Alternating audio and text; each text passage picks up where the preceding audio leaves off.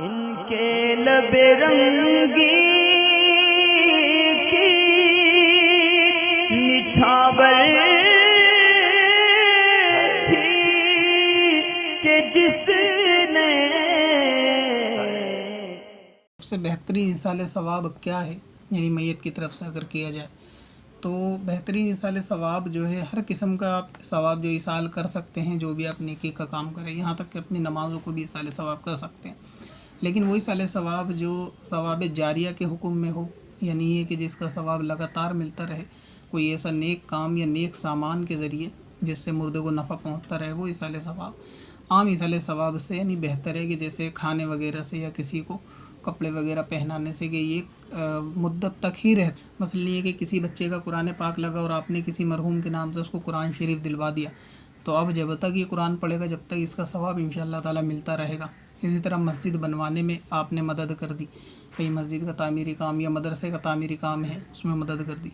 या किसी तालिब इल्म को दीनी किताबें मदरसे में दिलवा दी, तो जब तक उससे इल्म दीन हासिल किया जाएगा तो उसका इसाले सवाब मिलेगा। या फिर किसी तलबा की आपने ज़िम्मेदारी ले ली कि ये फ़लाँ स्टूडेंट के मदरसे के खाना पीना ये हमारे ज़िम्मे रहेगा, कि जब तक ये आलिम की पढ़ाई करेगा तो हमने इसको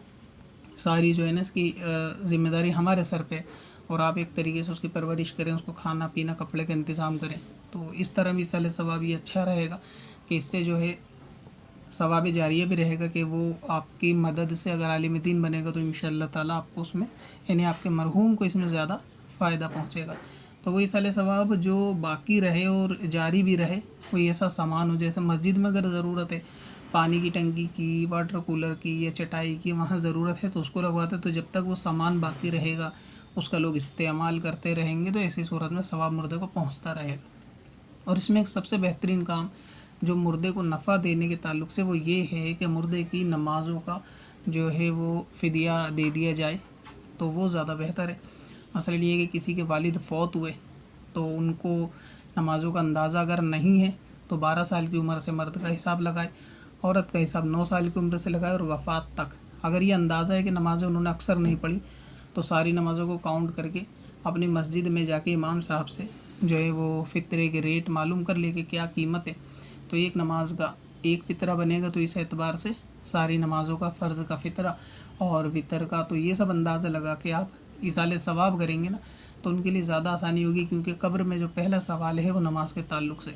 तो अगर आप अपने मरहूम की नमाज़ों का बोझ हल्का कर देंगे तो ये ज़्यादा मुनासिब है, और दूसरे इसाले सवाब में, और सवाब इंशाअल्लाह ताला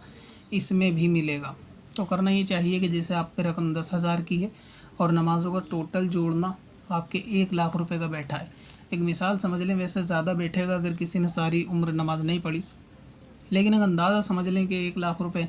और आप पे 10,000 रुपये, तो आप किसी गरीब के साथ उसको जो है ना वो हीला भी कर सकते हैं, शरई हीला। इसकी तफसील इमाम साहब से मालूम कर लें मस्जिद में जाके, तो प्रैक्टिकली आपको समझा देंगे। किसी गरीब शरई फ़कीर को आप पकड़ लें, वो 10,000 रुपये आप उसको दे दें,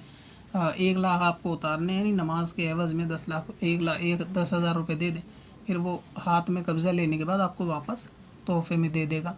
जब आप इसके फिर मालिक बन जाए कब्ज़ा लेने के बाद, फिर आप इसको वापस दे दें, तो दूसरा देने से 20,000 उतर जाएंगे, तिबारा देने से 30,000, तो इस तरह आप उसी 10,000 से 1 लाख उतार सकते हैं। और आप चाहें तो 10,000 से 50,000 उतार के फ़कीर को वापस दे के रुखसत करें, फिर दोबारा 10,000 का इंतज़ाम हो तो इसी तरह 4-5 बार हीला करके आप उसको 1 लाख रुपये उतार सकते हैं। और ये सबके लिए हुक्म आम है, तो इसाले सवाब में अक्सर मरहूमों के साथ ये मामला करना चाहिए कि जो उनके औलादें सारी रकम को जमा कर ले जो उनके लिए इसाले सवाब करना है। मसलन ये कि बरसी का इंतज़ाम है कि अगले साल बरसी में क्या करना है, तो सब लोग धीरे धीरे पैसा जोड़ें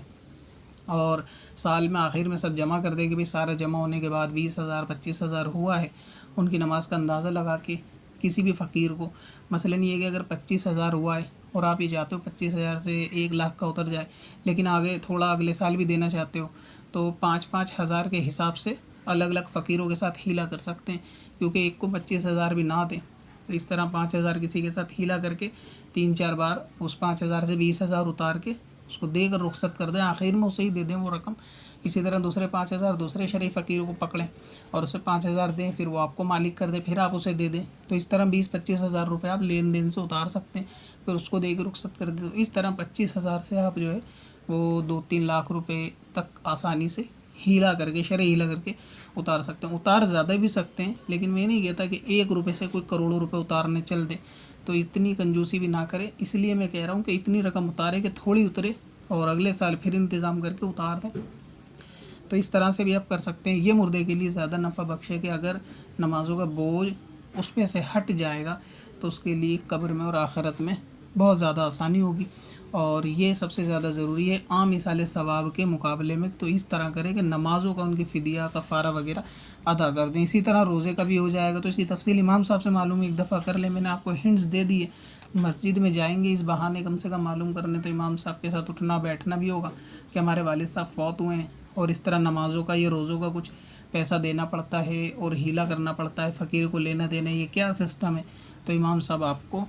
फ़ेस टू फेस बेहतर समझा देंगे। और इसमें जो है ना वो क्रॉस क्वेश्चन भी आप कर सकते हैं। अगर सामने रहेंगे तो कोई आपका सवाल होगा, अभी वीडियो में आपका कोई पूछना चाहेंगे तो आप रिटर्न में नहीं पूछ पाएंगे। तो इस तरह जाके मालूम करें। लेकिन ये सूरत शरीयत में है, इसका फ़ायदा उठाना चाहिए। जिनके मरहूम जा चुके हैं तो उनको नमाज़ें जो उनके सर पे क़ज़ा बाकी हैं वो सबसे बड़ा जो है वो गुनाह है, क्योंकि नमाज़ों ही का मामला सबसे ज़्यादा सख्त है। तो इसके लिए आसानी करनी चाहिए। पत्थर में असल लाले पुरनवार बना